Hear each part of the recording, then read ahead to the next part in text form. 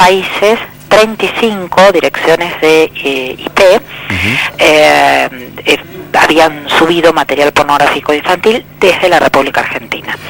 Entonces, a través de Interpol nos llega a nosotros esta investigación, que inmediatamente comenzamos a arbitrar todos los medios para conseguir la prueba necesaria, y llegamos a la conclusión y a determinar que por todo el país, porque no solamente en Ciudad de Buenos Aires y en provincia de Buenos Aires, sino por otras provincias también, se encontraban estas personas que habrían compartido y distribuido pornografía infantil.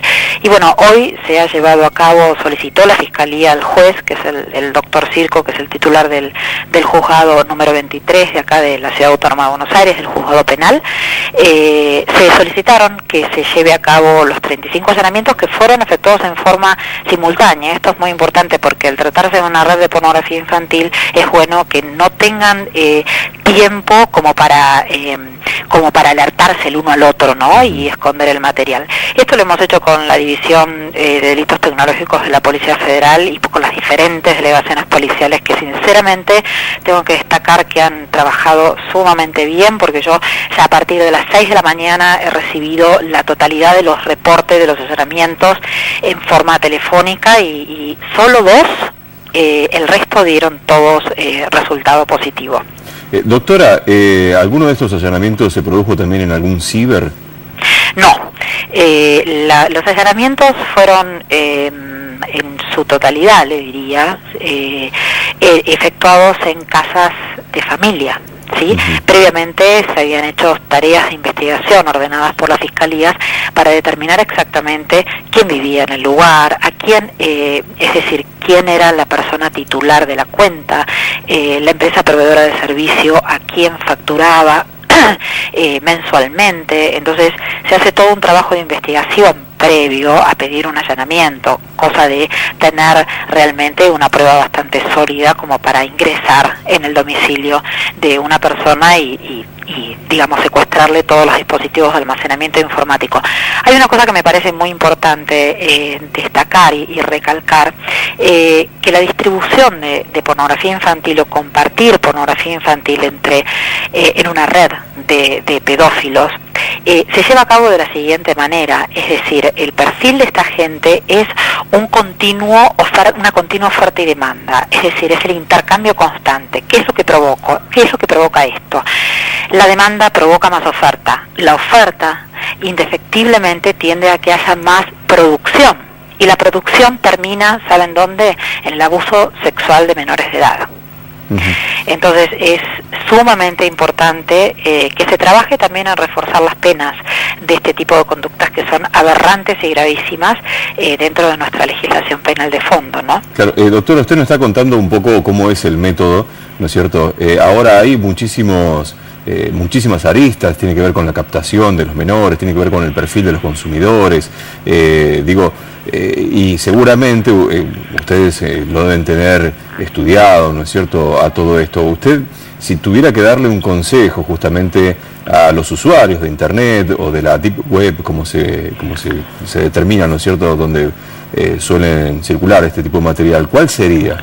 Bueno, nosotros lamentablemente estamos recibiendo cada vez más denuncias sobre pornografía infantil y sobre grooming. ¿Sí?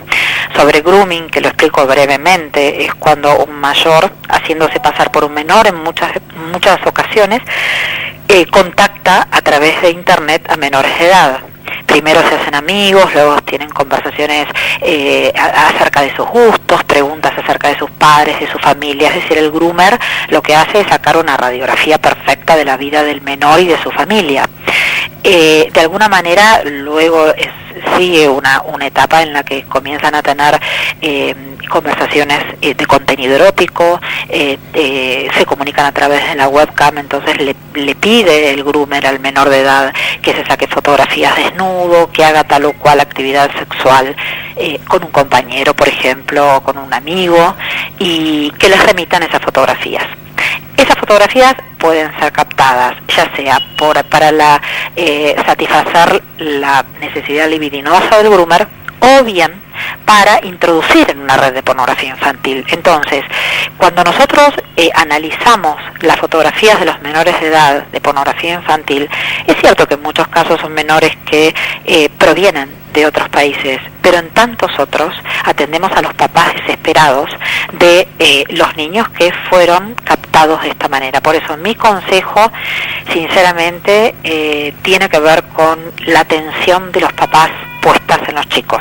Esto no quiere decir que ellos no puedan usar Internet y que esté mal utilizar Internet, todo lo contrario, y formar parte de las redes sociales. El tema es cómo educamos para prevenir este tipo de conductas, cómo los docentes, cómo los papás tienen que estar absolutamente alertas a los cambios de comportamientos de los chicos y explicarles a ellos también cuáles son los peligros, a qué personas tienen que aceptar o no tienen que aceptar.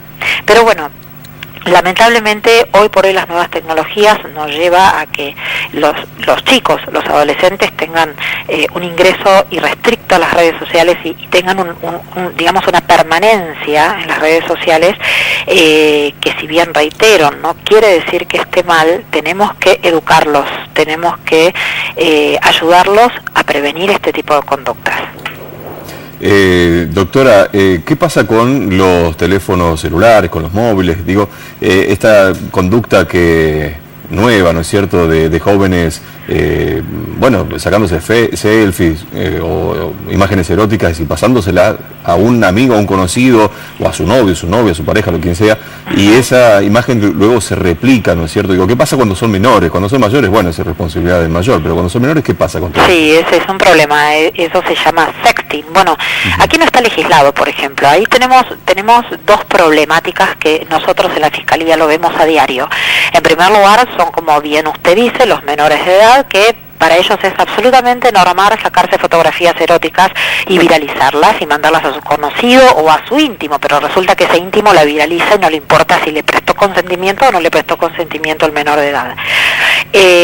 Aquí claramente hay un montón de cuestiones y de aristas, como bien vos decís, que hay que analizar desde lo legal, porque vos fijate que cuando un menor viraliza o envía un video con contenido sexual, en realidad está distribuyendo pornografía infantil, porque son menores de edad, pero por otro lado son menores de edad y la ley no los pune.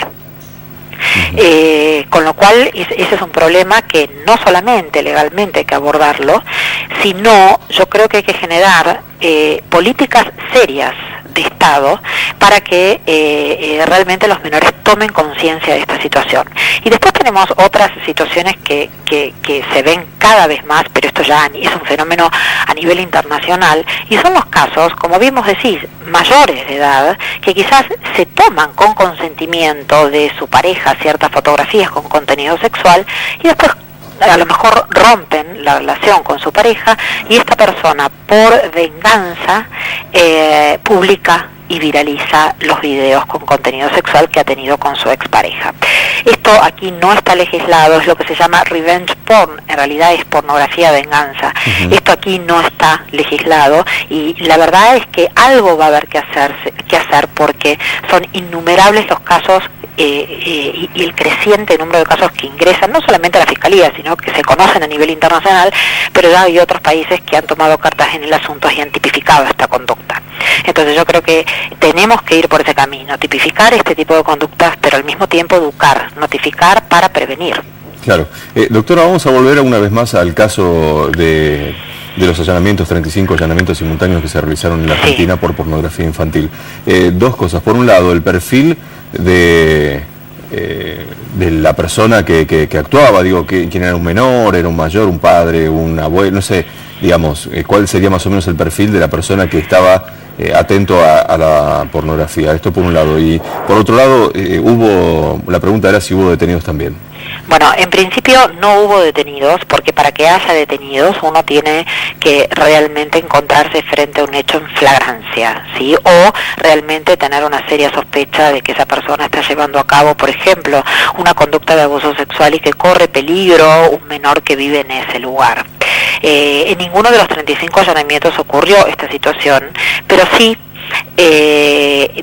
digamos, de los dispositivos de almacenamiento informático que ya estamos mandando inmediatamente a analizar, Esto se complementa con otra prueba, lógicamente, física, como puede llegar a ser fotografías, como pueden ser revistas, que digamos que de alguna manera indican que pertenece a un comportamiento, a un patrón de conductas de una persona que ejerce este tipo de conductas delictivas, ¿sí?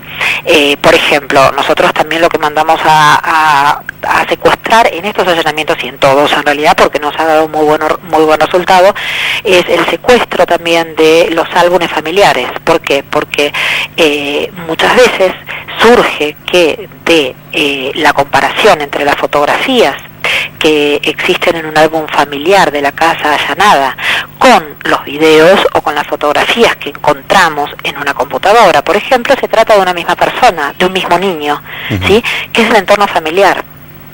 Entonces, esto también es algo muy común, que digamos que la persona que lleva a cabo este tipo de conductas, por ejemplo el grooming, lo haga con personas cercanas a su entorno familiar. Entonces hay que tener alertas máximas por todos lados, sinceramente. Lógicamente que las nuevas tecnologías han potenciado muchísimo estas conductas, ¿no? Pero bueno, digamos que el anonimato de las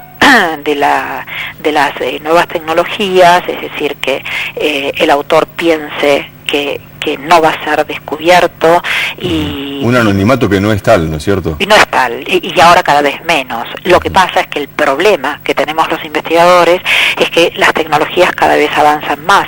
Entonces, cuando las personas que llevan a cabo estas conductas delictivas advierten que pueden ser encontrados e individualizados, como de hecho está ocurriendo en las diferentes fiscalías, lo que ocurre es que acuden a tecnologías de avanzada, a tecnologías más complicadas, más complejas, donde a los investigadores nos resulta aún más difícil poder individualizarlos. Claro.